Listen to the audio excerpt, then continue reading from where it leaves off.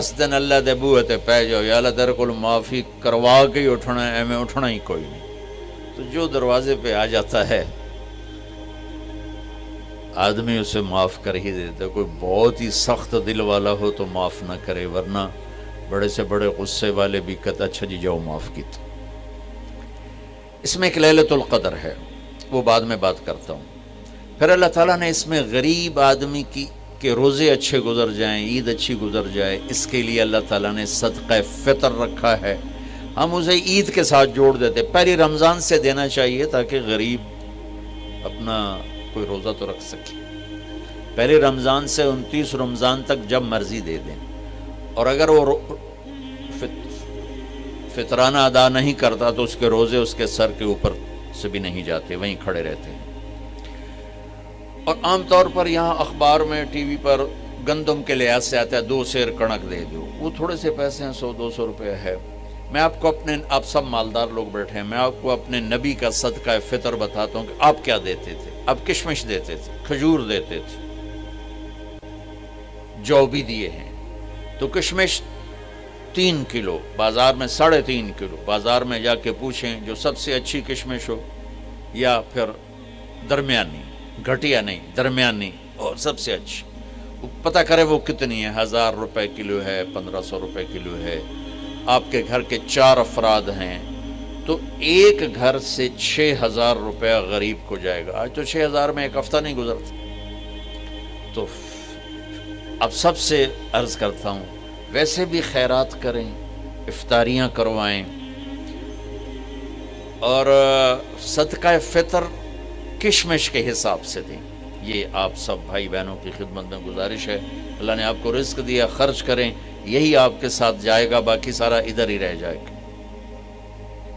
لیلۃ القدر، انا انزلناہ فی لیلۃ القدر وما ادراک ما لیلۃ القدر لیلۃ القدر خیر من 1000 شہر تنزل الملائکۃ فیہا بإذن ربہم من کل امر سلام ہی حتی مطلع الفجر۔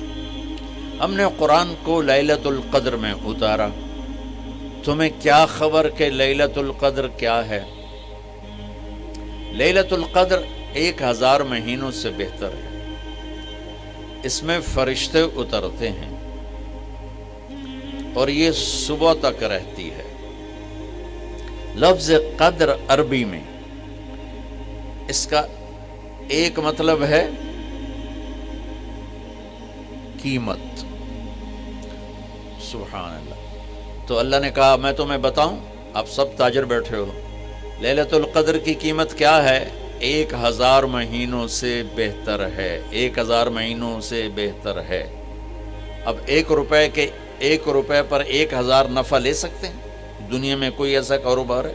جو ہیروئن بیچتے ہیں وہ بھی نہیں لے سکتے۔ اور میرا اللہ کہہ رہا ہے 1 رات 1000 مہینے، یعنی کوئی 82-83 سال۔ یہ تو آ گیا پہلا قدر۔ دوسرا اس کا مطلب ہے تنگ پڑ جانا، تنگ پڑ وقت، فقدر علیہ رزقہ۔ تو تنزل الملائکۃ فیہا، تنزل الملائکۃ والروح فیہا، کہ اس رات اتنے فرشتے اترتے ہیں کہ زمین تنگ پڑ جاتی ہے، سبحان اللہ، اتنے فرشتے آتے ہیں زمین تنگ پڑ جاتی ہے۔ تیسرا مطلب ہے قدر، مقدار کو، تو اللہ تعالیٰ نے اس کا آخری مطلب بھی بتایا، سلام ہی حتی مطلع الفجر، کہ یہ فجر کی نماز تک، فجر کی اذان تک یہ رہتی ہے۔ 3 مطلب ہیں قدر کے، تینوں اللہ نے قرآن میں کور کیے۔ قیمت کیا ہے؟ 1000 مہینوں سے بہتر۔ تنگی کیا ہے؟ فرشتوں سے زمین بھر جاتی ہے۔ مقدار کیا ہے؟ صبح صادق۔ لیلۃ القدر 27 کی نہیں ہوتی، 21، 23، 25، 27، 29۔ اب یہ 5 راتیں جاگنے چھٹ، آپ لوگ تو ویسے رات کے بادشاہ ہو، جاگ لو۔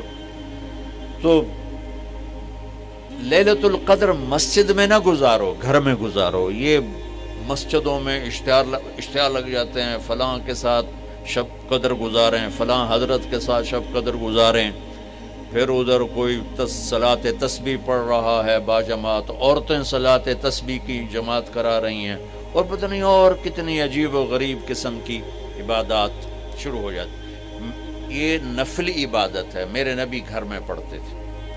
آپ نے اشراق کے سوا ہر نفل گھر پڑھا، ہر سنت گھر میں پڑھی، تو آپ لیلۃ القدر کو یہ مستورات بھی آپ بھی اکٹھے ہو کے نہیں منانا، الگ الگ مصلی بچھا کر اپنے اللہ سے رونا دھونا کرو، اپنے اللہ کو منانا کرو، میں بھی کروں آپ بھی کریں۔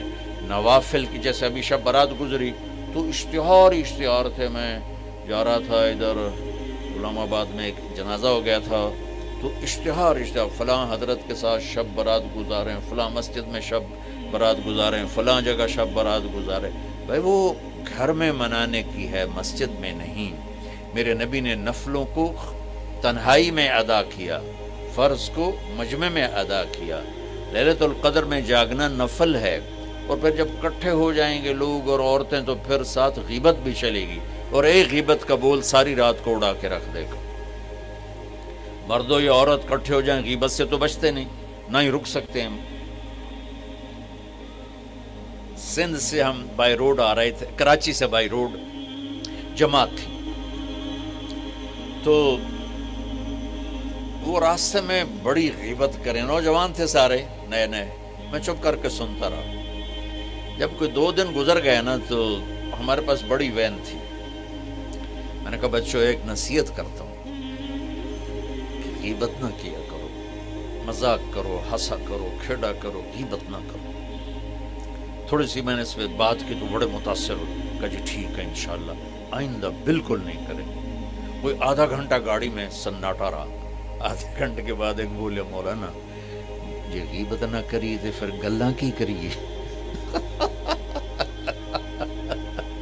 یہ میرا کلچر ہے، لہٰذا عورتیں عبادت کے لیے بھی اکٹھی ہوں گی تو غیبت شروع ہوگی، مرد مسجد میں اکٹھے ہوں گے وقت ضائع ہوگا، غیبت شروع ہوگی۔ میرے بھائی بہنوں، ہر نفل کو گھر میں گزار، اپنے گھر کو بابرکت بناؤ، اپنے گھروں میں نفل پڑھو، تلاوت کرو، ذکر کرو۔ صرف اشراق کے نفل میرے نبی مسجد میں پڑھتے تھے 2 رکعت، باقی ہر نفل آپ نے مسجد میں ادا کی۔ تو یہ چند چیزیں رمضان کے متعلق میں نے عرض کی ہیں۔ اب ایک بڑی اہم بات میں آپ کے سامنے عرض کرنا چاہتا ہوں۔ رمضان کی دولت کس سے ملے گی؟ رمضان کی برکات کس سے ملیں گی اور کون محروم ہو جائے گا؟ آپ نے فرمایا 4 آدمی ایسے ہیں جن کی رمضان اور شب قدر میں بھی بخشش نہیں ہوتی، بس اس سے ہم اپنے آپ کو بچا لیں۔ کون ہے یا رسول اللہ؟ آپ نے کہا مدمن خمر، شراب کا عادی، کبھی کوئی پی لے توبہ کر لے، میں اس کی اجازت نہیں دے رہا ہوں۔ مدمن کا لفظ ہے جو روزانہ شراب پیتا ہے، اس کی رمضان میں بخشش نہیں۔ عاق لوالدیہ، جو ماں باپ کا نافرمان ہے، اس کی بخشش نہیں۔ قاطع الرحم، رشتہ داروں سے لڑنے والا، اس کی بخشش نہیں۔ المشاحن، دل میں بغض رکھنے والا، اس کی بخشش نہیں۔ ہر وہ چیز جو میرے آپ کے لیے نقصان دہ اللہ نے حرام کر دی، ہر وہ چیز جو میرے آپ کے لیے مفید ہے اللہ نے حلال کر دی۔ سود حرام کر دیا۔ ہمارے پاکستان کی معیشت نہیں، پوری دنیا کی معیشت ڈوبی پڑی، سارے ملک قرضوں پہ چل رہے ہیں، سود نے پوری دنیا کو تباہ کر دیا۔ تو میرے اللہ تعالیٰ نے، آپ دیکھتے نہیں، میرا اللہ کہتا ہے فَأَذَنُوا بِحَرْبٍ مِّنَ اللَّهِ وَرَسُولِهِ، اگر سود نہیں چھوڑو گے تو میرے اور میرے رسول مل کر تمہارے خلاف جنگ کریں گے۔ آئے مل کر بھوک مٹائیں، بجھے ہوئے چولہے پھر سے جلائیں۔ غذائی قلت کے شکار ہزاروں افراد آپ کی مدد کے منتظر ہیں۔ آگے بڑھیں اور ان کی امید بنیں۔ اپنے صدقات اور عطیات MTJ فاؤنڈیشن تک پہنچائیں۔